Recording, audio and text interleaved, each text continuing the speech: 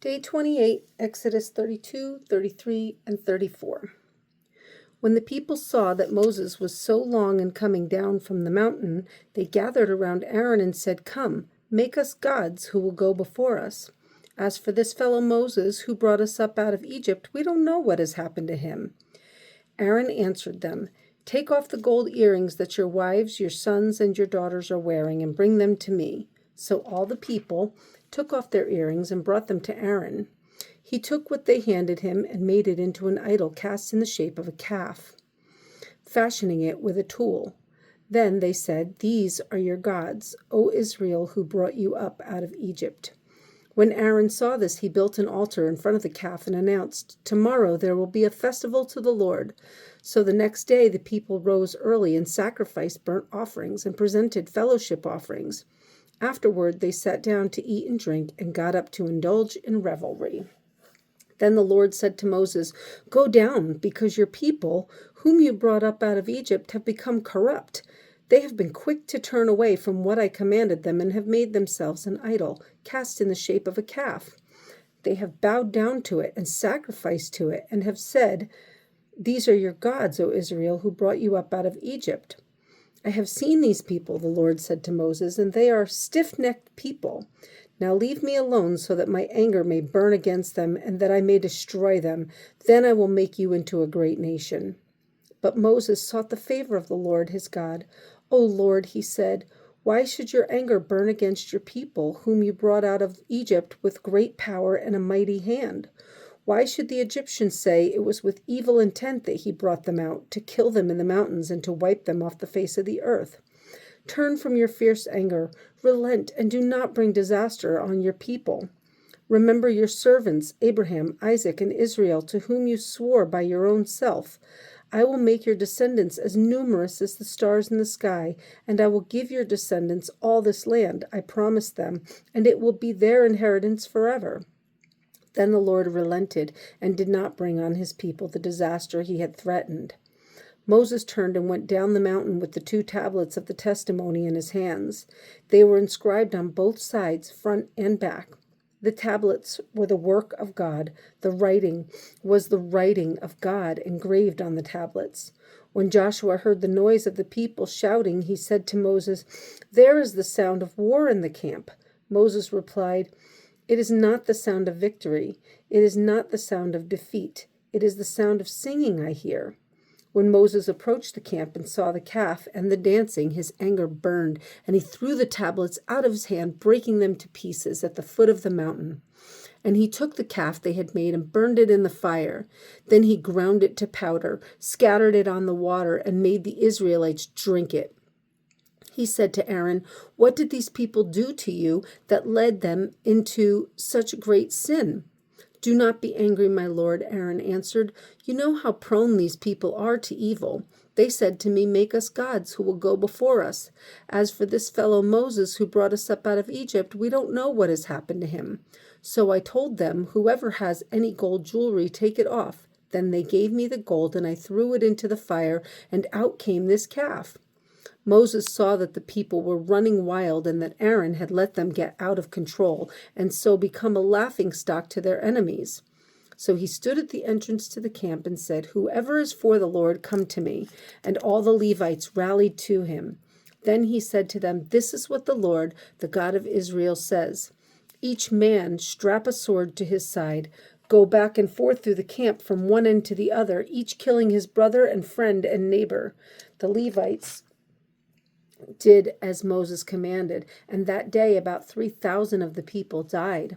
Then Moses said, "You have been set apart to the Lord today, for you were against your own sons and brothers, and he has blessed you this day." The next day Moses said to the people, "You have committed a great sin. Now I will go up to the Lord. Perhaps I can make atonement for your sin." So Moses went back to the Lord and said, "Oh, what a great sin these people have committed. They have made themselves gods of gold. But now please forgive their sin. But if not, then blot me out of the book you have written." The Lord replied to Moses, "Whoever has sinned against me, I will blot out of my book. Now go, lead the people to the place I spoke of, and my angel will go before you. However, when the time comes for me to punish, I will punish them for their sin." And the Lord struck the people with a plague because of what they did with the calf Aaron had made. Exodus 33. Then the Lord said to Moses, "Leave this place, you and the people you brought up out of Egypt, and go to the land I promised on oath to Abraham, Isaac, and Jacob, saying, I will give it to your descendants. I will send an angel before you and drive out the Canaanites, Amorites, Hittites, Perizzites, Hivites, and Jebusites. Go up to the land flowing with milk and honey. But I will not go with you, because you are a stiff-necked people, and I might destroy you on the way." When the people heard these distressing words, they began to mourn, and no one put on any ornaments. For the Lord had said to Moses, "Tell the Israelites, you are a stiff-necked people.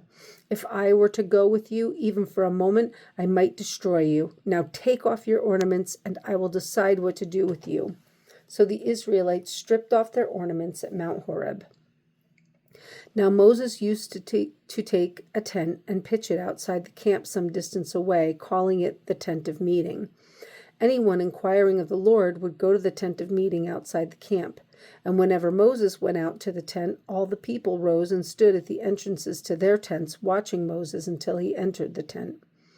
As Moses went into the tent, the pillar of cloud would come down and stay at the entrance while the Lord spoke with Moses. Whenever the people saw the pillar of cloud standing at the entrance to the tent, they all stood and worshipped, each at the entrance to his tent. The Lord would speak to Moses face to face, as a man speaks with his friend. Then Moses would return to the camp, but his young aide Joshua, son of Nun, did not leave the tent. Moses said to the Lord, "You have been telling me lead these people, but you have not let me know whom you will send with me. You have said, I know you by name, and you have found favor with me. If you are pleased with me, teach me your ways, so I may know you and continue to find favor with you. Remember that this nation is your people." The Lord replied, "My presence will go with you, and I will give you rest." Then Moses said to him, "If your presence does not go with us, do not send us up from here. How will anyone know that you are pleased with me and with your people unless you go with us?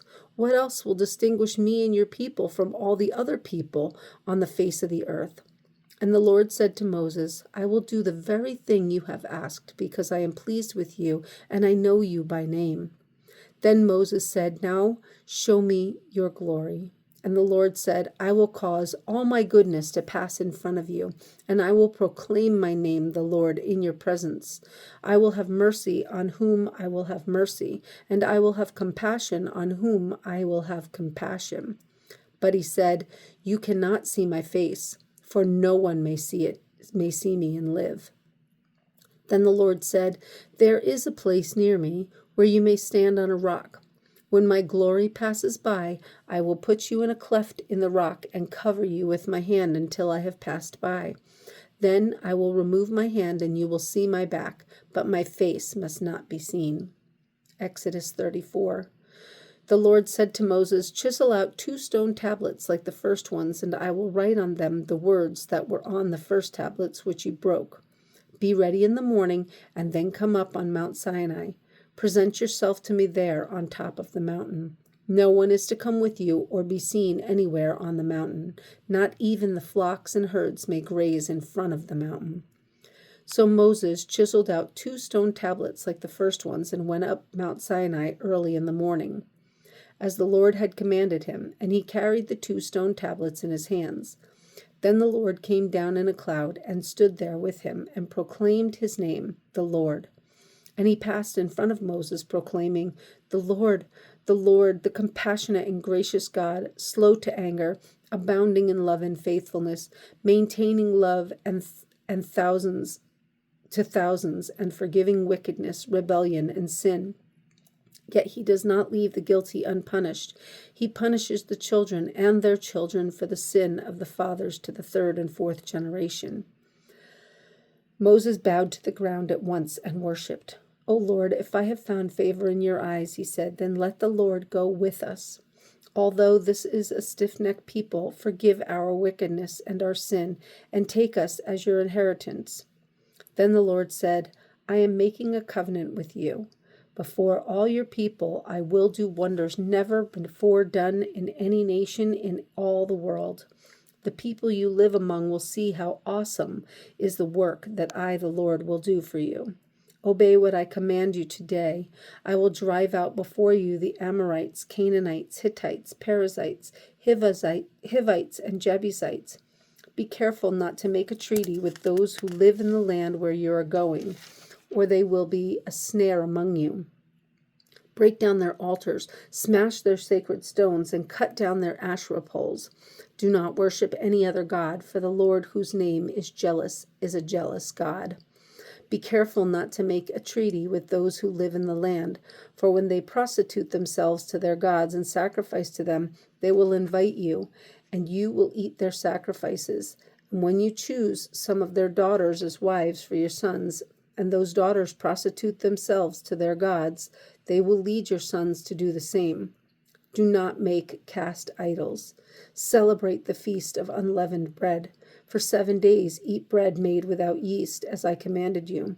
Do this at the appointed time in the month of Abib, for in that month you came out of Egypt.